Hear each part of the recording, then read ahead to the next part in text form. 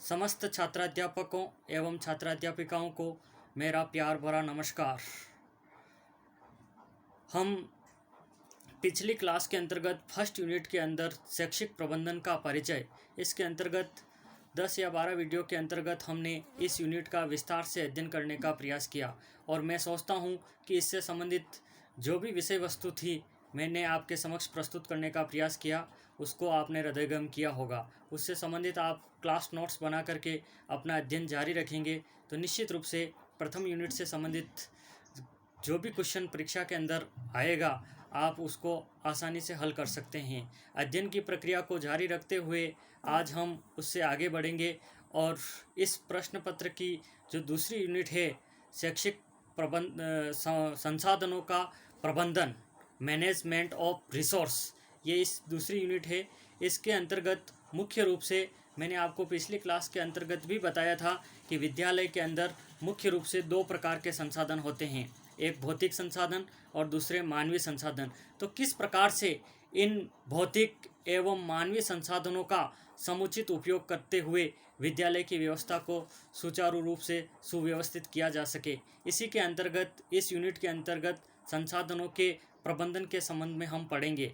और संसाधनों के प्रबंधन के अंतर्गत विद्यालय के अंदर जितने भी मानवीय एवं भौतिक संसाधन हैं उनका किस प्रकार से मैनेजमेंट किया जाए ताकि विद्यालय से अच्छा आउटपुट मिल सके, इसी के संदर्भ में विषय वस्तु इस यूनिट के अंतर्गत बताई गई है।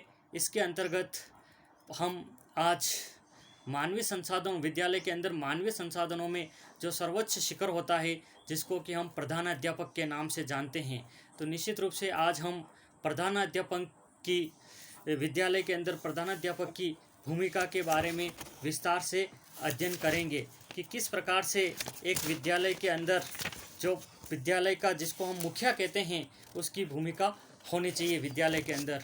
यदि मैं ये कहूँ कि विद्यालय व्यवस्था की समस्त कार्यकलाप एवं क्रियाएं प्रधानाध्यापक के इर्द गिर्द चक्कर काटती है तो कोई अतिशयोक्ति नहीं होगी, क्योंकि विद्यालय की प्रधानाध्यापक वह दूरी होती है जिसके अंतर्गत संपूर्ण विद्यालय के कार्यकलाप उसके सुव्यवस्थित दिशा निर्देशों के द्वारा ही संपन्न किया जा सकता है।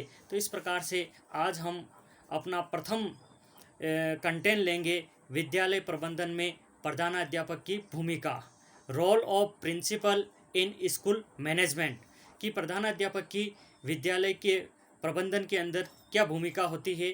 इस कंटेंट के बारे में आज की इस क्लास के अंदर हम विस्तार से अध्ययन करेंगे। विद्यालय में प्रधानाध्यापक को सर्वोच्च स्थान प्राप्त है। प्रधानाध्यापक अपने सफल नेतृत्व, व्यक्तित्व, अनुभव, योग्यता एवं कार्यदशा के आधार पर विद्यालय को निर्दिष्ट लक्ष्यों की ओर अग्रसर करता है। विद्यालय में प्रधानाध्यापक की ठीक उतनी ही आवश्यकता होती है जितनी कि खेल के मैदान के अंदर कप्तान और युद्ध क्षेत्र के अंदर सेनापति की।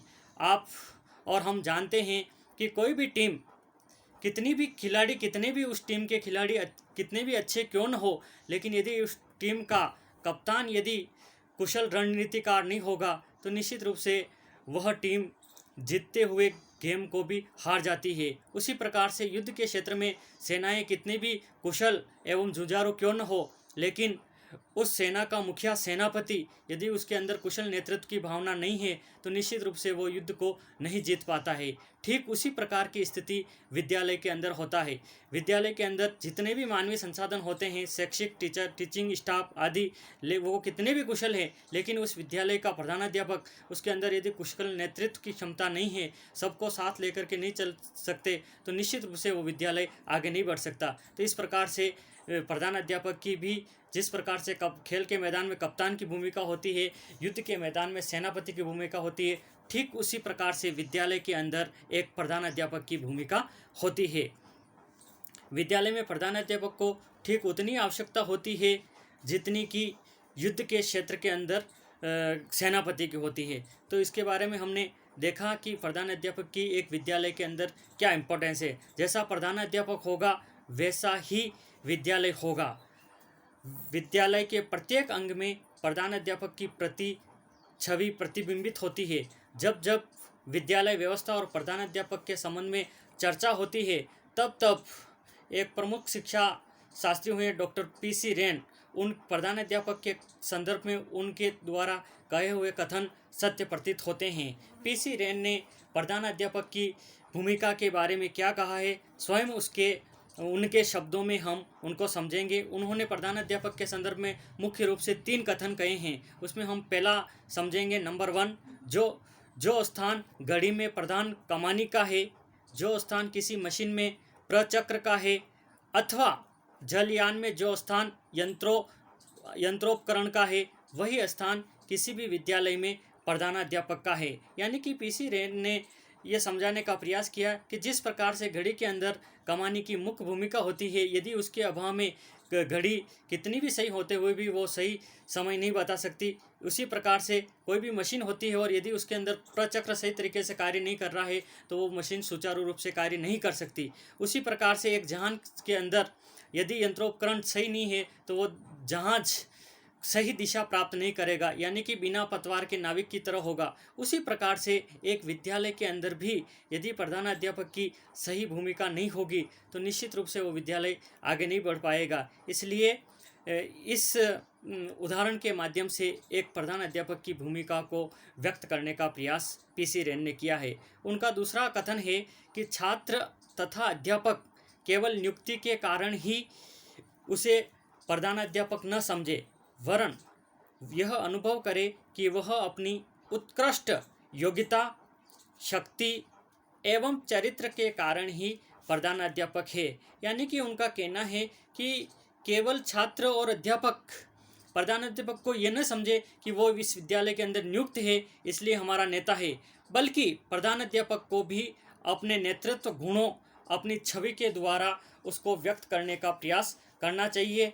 उसका उत्कृष्ट चरित्र होगा, उत्कृष्ट योग्यता होगी, तभी वो विद्यालय को पूर्ण रूप से उचित दिशा निर्देश दे पाएंगे और वो विद्यालय समुचित रूप से निरंतर आगे बढ़ पाएगा। तीसरा उन्होंने कहा था कि जो प्रधानाध्यापक केवल अध्यापक है, केवल लिपिक है अथवा दोनों गुणों से युक्त है, उसका चयन ठीक नहीं कहा जा सकता।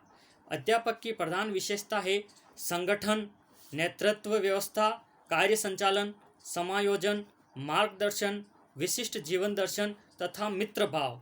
यानी कि इस तीसरे कथन के माध्यम से पीसी रेन ये समझा रहे हैं कि प्रधानाध्यापक केवल एक अध्यापक या लिपिक ही नहीं है, बल्कि यदि वो लिपिक एवं एक अध्यापक है तो हम सोचते हैं कि उस विद्यालय के संदर्भ में उस प्रधानाध्यापक का चयन ठीक ढंग से नहीं हुआ है, बल्कि प्रधानाध्यापक के अंदर तो उचित संगठन एवं नेतृत्व की क्षमता होनी चाहिए, व्यवस्थापन का गुण उसके अंदर होना चाहिए, कार्य संचालन, समायोजन और मार्गदर्शन एवं विशिष्ट जीवन दर्शन द्वारा वह मित्र भाव से अपने संपूर्ण कर्मचारियों को एक साथ लेकर के उनको उचित मार्गदर्शन देकर के विद्यालय की व्यवस्था को आगे बढ़ाता है। तो यदि इस प्रकार से एक प्रधान अध्यापक कार्य करता है तो निश्चित रूप से वो विद्यालय बहुत ही आगे बढ़ेगा। तो इस प्रकार से प्रधान अध्यापक के नेतृत्व एवं गुणों को पीसी रेन ने 3 कथनों के माध्यम से व्यक्त करने का प्रयास किया है। प्रधान अध्यापक के संदर्भ में एक और विद्वान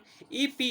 कुबरली ने कहा है, स्वयं उनके शब्दों में हम देखते हैं कि प्रधानाध्यापक केवल प्रशासक होने के कारण ही नेता नहीं है, उसके नेतृत्व के प्रधान अंग है तर्क शक्ति, लॉजिक, प्रगाढ़ता, प्रगाढ़ ज्ञान तथा अदम्य साहस एवं उत्साह। इसी के द्वारा वह अपने जो स्टाफ है उसका वो नेतृत्व करता है और उसको सही दिशा में आगे बढ़ाने का कार्य करता है। अतः प्रधानाध्यापक एक नेता के समान होता है जो शिक्षक, कर्मचारी तथा बालक एवं अभिभावकों का कुशल नेतृत्व करता है। वास्तव में वह समस्त विद्यालय क्रियाओं का मार्गदर्शक है। मार्गदर्शक के रूप में वह संयोजन का स्रोत होता है, क्योंकि चाहे विद्यालय के अंदर अध्यापक हो, बालक हो या अभिभावक हो, समस्त को एक संयोजन की कड़ी में जोड़ने का कार्य यदि विद्यालय के अंदर कोई करता है तो वह प्रधानाध्यापक होता है। जो व्यक्ति विभिन्न क्रियाओं के समन्वय स्थापित करता है और साधनों का अधिकतम उपयोग करता है, प्रधानाध्यापक अध्यापकों का अध्यापक होता है। प्रधानाध्यापक हमेशा एक अध्यापकों का अध्यापक है। इस रूप में वह शैक्षिक कार्यों में अध्यापकों का मार्गदर्शक बन उनके शैक्षणिक स्तर को ऊंचा उठाता है। यानी कि शिक्षा के क्षेत्र में भी अपने विभिन्न नवाचारों के माध्यम से अपने स्टाफ को उचित शैक्षणिक रणनीतियों के द्वारा वो आगे बढ़ाने का प्रयास करता है, जिससे कि स्टाफ का शैक्षिक स्तर भी ऊपर उठता है। जैसा प्रधानाध्यापक होगा, शिक्षक वैसा ही शिक्षण करेंगे। यानी कि विद्यालय के अंदर एक प्रधानाध्यापक को अपने उचित शिक्षण कौशल के द्वारा भी अपने स्टाफ का मार्गदर्शन करना चाहिए। तो निश्चित रूप से उस विद्यालय के अंदर जितने भी शिक्षक होते हैं वो भी उनका अनुकरण करते हुए उत्कृष्ट से उत्कृष्ट शिक्षण कार्य करने का प्रयास करते हैं। तो इस प्रकार से हम देखते हैं कि प्रधानाध्यापक होता है वो विद्यालय का एक मार्गदर्शक ही नहीं, वरन समस्त शक्तियों का एक संयोजन के रूप में उनको दिशा दिखाने का कार्य भी करता है। इस प्रकार से आज की इस क्लास के अंतर्गत हमने विद्यालय के अंदर प्रधानाध्यापक की भूमिका के बारे में विस्तार से अध्ययन किया। आगे जब भी हम मिलेंगे तो अपना दूसरा जो हम कंटेंट लेंगे, प्रधानाध्यापक का विद्यालय में महत्व एवं स्थान, the importance and place of headmaster in the school. School के अंदर एक प्रधानाध्यापक का क्या महत्व एवं स्थान है, इसके बारे में हम विस्तार से अध्ययन करेंगे। धन्यवाद। जय हिंद, जय भारत, नमस्कार।